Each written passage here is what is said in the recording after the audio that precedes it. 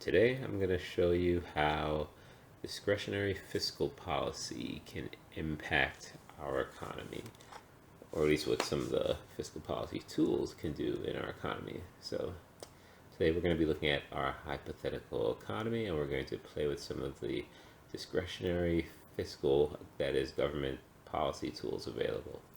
So to start, we're going to scroll down to the government section of our aggregate demand control panel here. And what we see is that we have government expenditures currently at $3.3 trillion. Of that, we basically can decipher that 3 billion of it is coming in the form of government receipts. That's in the form of government revenue, leaving us with a deficit after you consider other expenditures, of course, of $1.9 trillion. Now you might be first asking the question of why doesn't the deficit equal government consumption and expenditures minus government receipts and government revenues? That's kind of the most forward way of understanding the deficit, is that you just take whatever the government seems to be purchasing, you subtract out whatever revenue is accumulated over the year, and from that you should have the deficit.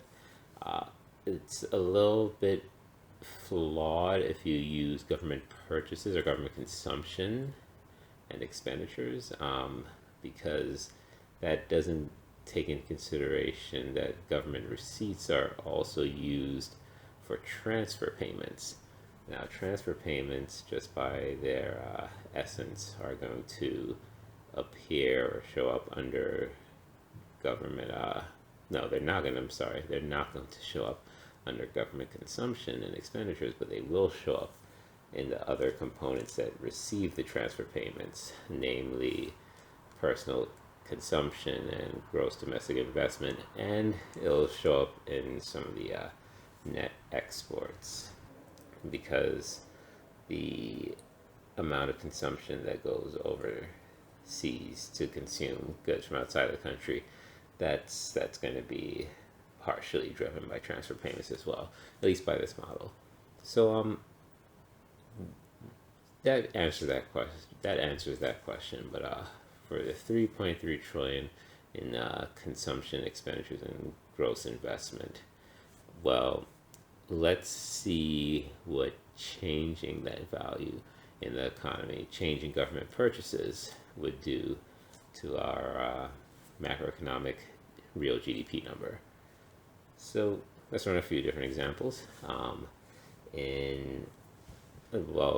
Around the Great Recession, in the recovery of the Great Recession, we ended up spending around $800 billion in government bailout money.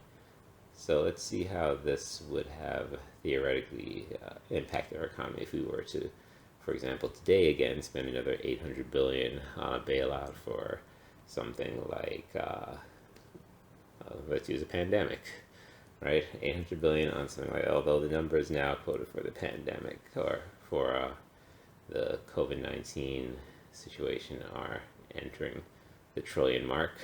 Let's use 800 billion first as an example of what might happen. So as you see, right, looking at this cell E63, you can see we have brought government purchases, the expenditures, and gross investments up from 3.3 trillion to 4.1 trillion. Now that's before we go into the multiplier, which in this case is 1.25, and leads to a final component value of 5.1 trillion. So we have increased government expenditures in excess of the 800, right? Because it gets multiplied through our typical multiplier, and that brings real GDP up from 19.05 trillion to 20.85 trillion. So just by increasing government expenditures, uh, by government spending more and purchasing more goods in the economy, they've stimulated the economy dramatically. And you can see this in the aggregate supply and aggregate demand curves that now intersect. I'm sorry, the AD and the ASAD curves, which now intersect far to the right of our long run aggregate supply. So let's see what the new level of equilibrium would be if we were to just go to our aggregate supply, aggregate demand tab and try to bring this economy back into equilibrium. I'm going to use our goal seek tool again to do this. Goal seek. Okay, we want to set this cell to 0 and we want to change the price level. Awesome, perfect. Let's scroll back over to the control panel so we can get an idea of how this will figure out equilibrium. So again, it's trying to find the equilibrium, or trying to get as close to an equilibrium value of 0 as far as the difference between aggregate demand, real GDP demanded in the aggregate economy, and real GDP demanded, or I should say supplied, in the aggregate economy.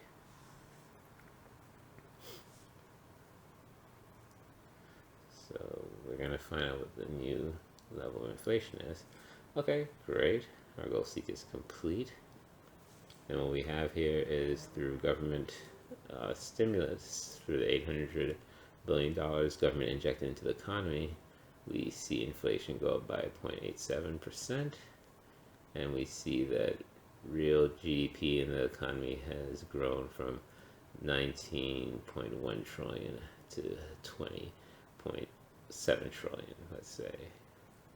Interesting.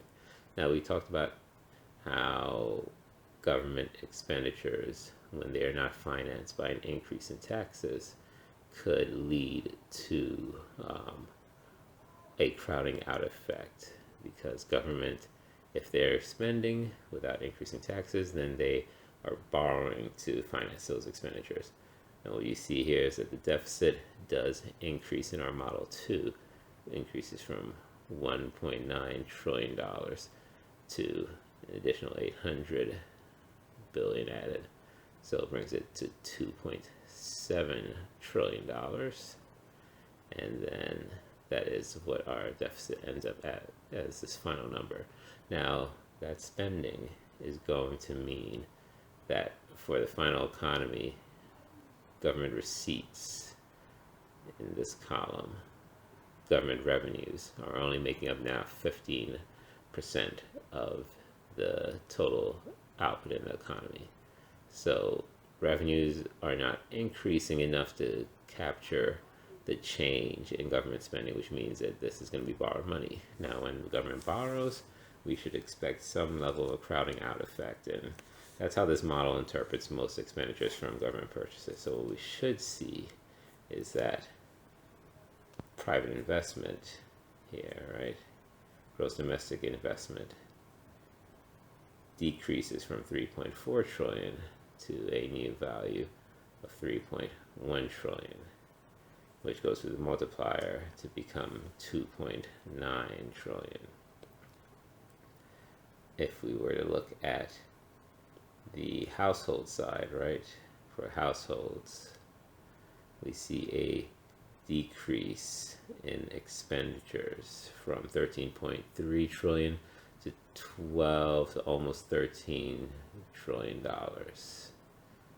So about almost 300 billion loss in consumption, and that goes to the fact that savings increase from 1.1 trillion to 1.4 trillion dollars, going through the multiplier, going up to 1.7 trillion dollars, and consumption decreases to 12.7 trillion dollars.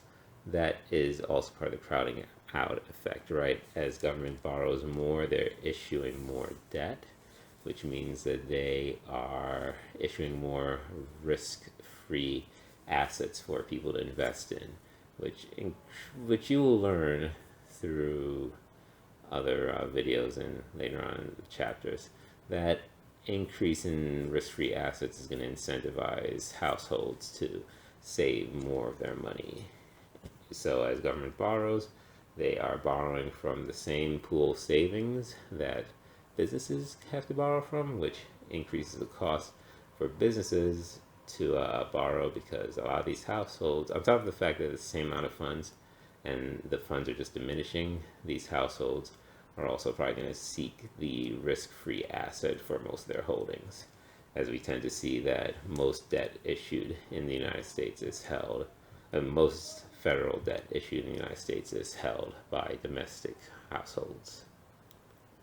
So that's one effect of this. But what happens if we were to, for example, not just accept that the government was spending the $800 billion, or let's even make it right now $1 trillion to represent a real pandemic situation. Let's say the government also wanted to cut the interest rate. So let's say they wanted to cut the interest rate, their tax rate. So let's say that instead of having taxes make up almost 16% of the total economy, they wanted to bring that down to 15%.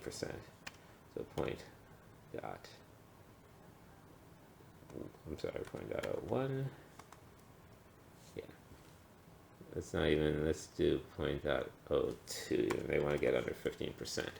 So at .02, a loss of basically 2 percentage points. We have reduced the revenues that the government's getting by almost $400 billion, which leads to an ultimate percentage of GDP for total government revenues at a little bit under 13% of GDP. So what should this do, right? Government is now cutting taxes in this model effectively to, provide some level of stimulus to the economy.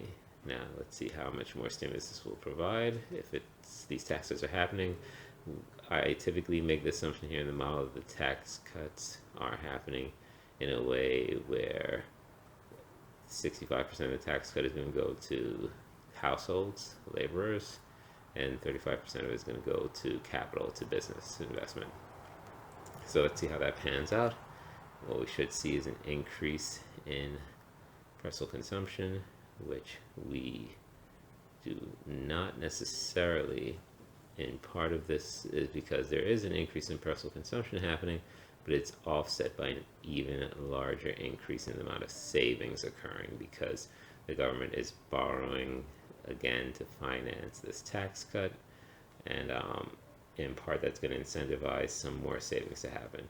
So this model isn't perfect in replicating, and it's not trying to replicate perfectly the U.S. economy, for example, but it is trying to give a general idea of what kind of changes will happen based on ways that you change the government's decision, the discretionary fiscal policy tools.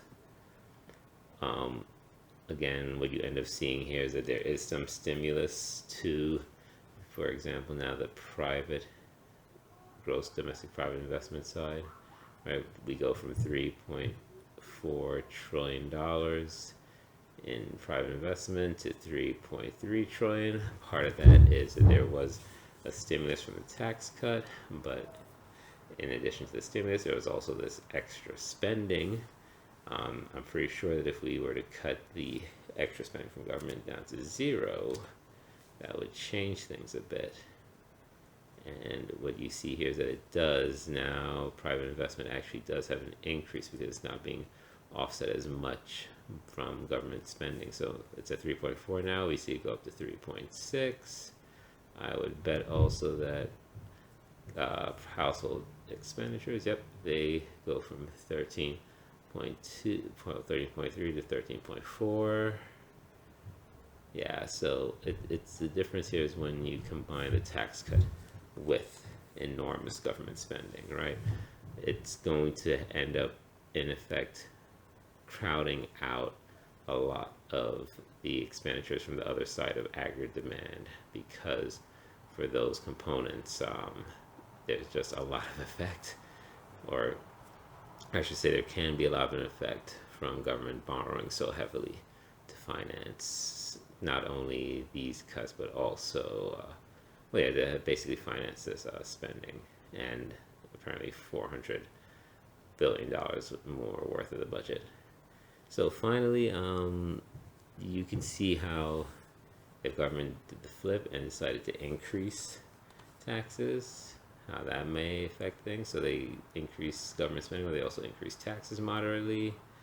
Um, it ends up leading to taxes being around 16.6% of the economy, whereas it was only at 16.1%, which will have a negative effect on household expenditures. They drop again from 13.3 trillion.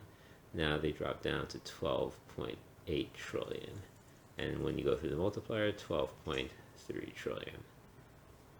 So expenditures go down, and you do see a little bit of extra saving happening because, okay, so saving goes from 1.1 trillion to 1.3. Part of that is because, of course, there's more government spending happening with $1,000, or actually $1,000 with the $1 trillion program.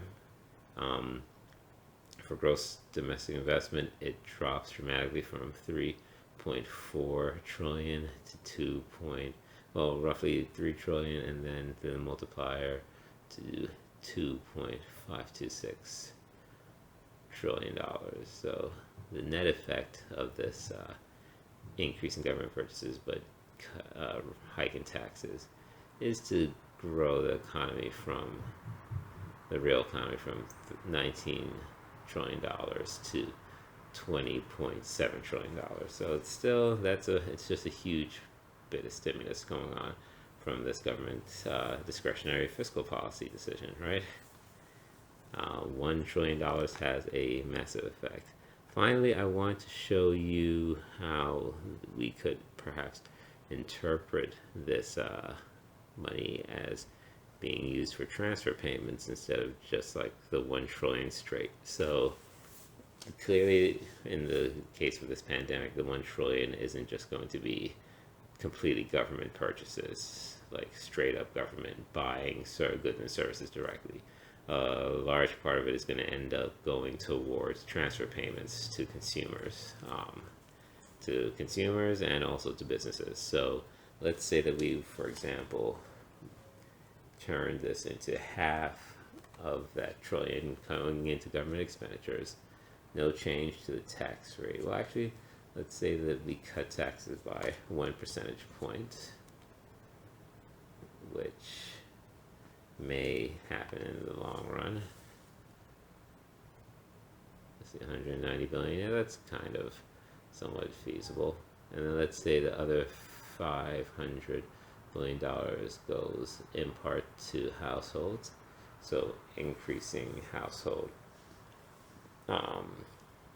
let's say it goes to increasing households consumptions by 500.